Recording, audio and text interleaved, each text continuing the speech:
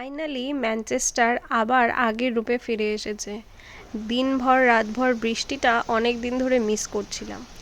ঠান্ডাতে কাবু হয়ে যায় তাই একটু গরম চাই, তবে এবার যেন ভগবান একটু বেশিই কথা শুনে ফেলেছে।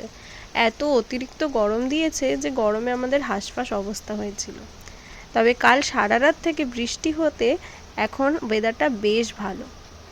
এবারে যেন মনসুনটা ফিল করতে পারলাম। যেমন তীব্র গরমের পরে বৃষ্টি এসে সব দিকটা সবুজ এবং আরও প্রাণবন্ত করে তোলে, ঠিক সেরকমই আজকে ফিল হচ্ছিল। আর তার মধ্যে আমাদের ব্যালকনিতে চলছে ক্ল্যাডিংয়ের কাজ।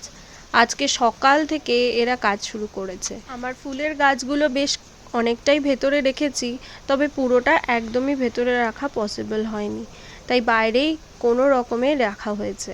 লাস্ট 1 মাস ধরে এই ক্ল্যাডিংয়ের কাজ চলছে বারান্দাতে, আর এই কাজ কবে যে শেষ হবে তার কোনো ঠিক নেই। হ্যালো ফ্রেন্ডস অ্যান্ড ফ্যামিলি, বিলেতে বিরাজের ব্লগে আপনাদের সকলকে স্বাগত জানাই। বাইরে তো ঝমঝমিয়ে বৃষ্টি পড়ছে, তাই ঘরেও একদম আলো কমে এসছে। রান্নাঘরে এসে কি করব ভাবতে ভাবতেই মনে হলো এরকম মেঘলা দিনে খিচুড়ির থেকে ভালো অপশান আর কি হতে পারে। রাজ আবার খিচুড়ি পছন্দ করে না, তাই আবার ফোন করে জেনে নিলাম যে ও খিচুড়ি খাবে কিনা। তারপরেই প্রিপারেশন শুরু করলাম। আর আজকে আমার ঘরের সবজিও প্রায় ফুরিয়ে এসেছে, তাই মোটামুটি যা যা সবজি ছিল সেগুলো দিয়েই আজকে চটজলদি একটা খিচুড়ি বানিয়ে নিলাম। হাফ হাফ করে মুগ ডাল আর মুসুরির ডাল নিয়েছি, আর আজকে সেদ্ধ চালের খিচুড়ি বানাবো। আমার আবার সেদ্ধ চালের খিচুড়িটা খেতে খুব ভালো লাগে। আর আজকে একদম ব্যাচেলার্সদের মতো খিচুড়ি বানাচ্ছি, কোনো তামঝাম ছাড়াই। কুকারে চাল ডাল সব একসাথে দিয়ে ডাবল পরিমাণ জল দিয়ে একটা হুইসেল আসা অবধি এটাকে ফুটতে দেব। আর এখন নুন হলুদ কিছুই অ্যাড করিনি।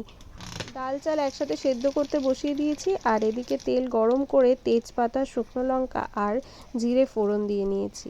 তারপরে একে একে সব সবজিগুলো ভেজে নেব। প্রথমেই দিয়ে দিয়েছি গাজর, আর এখানে আলুটা খুব তাড়াতাড়ি গলে যায় তাই আলুটা একটু পরে ভাজতে দেব।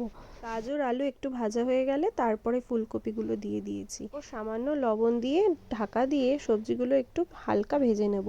ফুলকপিটা একটু নরম হয়ে এলে এর মধ্যে পেঁয়াজ কুচি আর চেরা লাল লঙ্কা দিয়ে দিয়েছি। পেঁয়াজটাও একটু নরম হয়ে গেছে, তারপরে টমেটো কুচি আর কড়াইশুঁটিগুলো দিয়ে দিয়েছি, আর তারপর অনেকখানি গ্রেট করে রাখা আদাও দিয়ে দিয়েছি। আর গুঁড়ো মশলার মধ্যে একটু জিরে গুঁড়ো আর হলুদ গুঁড়ো, ব্যাস আর কিচ্ছু নয়। সবশেষে একটু জল দিয়ে সবজিগুলোকে কষিয়ে নিলাম। In the mean time pressure কুকারও হুইসেল ছেড়ে দিয়েছে, আর এদিকে চাল ডালও সেদ্ধ হয়ে গেছে।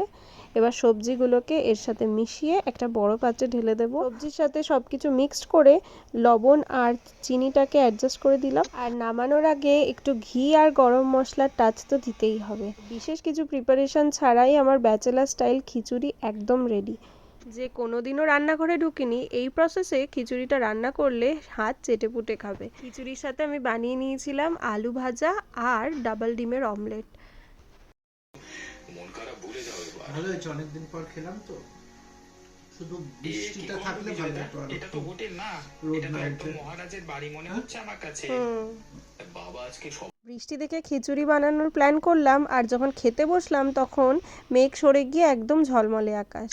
খিচুড়ির সাথে আমাদের আজকের ভোজটা তো বেশ দারুণ হলো। আপনাদের কেমন লাগলো কমেন্টে অবশ্যই জানাবেন, আর ভালো লাগলে লাইক করবেন। সবাই সুস্থ থাকবেন, ভালো থাকবেন, সাবধানে থাকবেন। Thanks for watching, bye bye.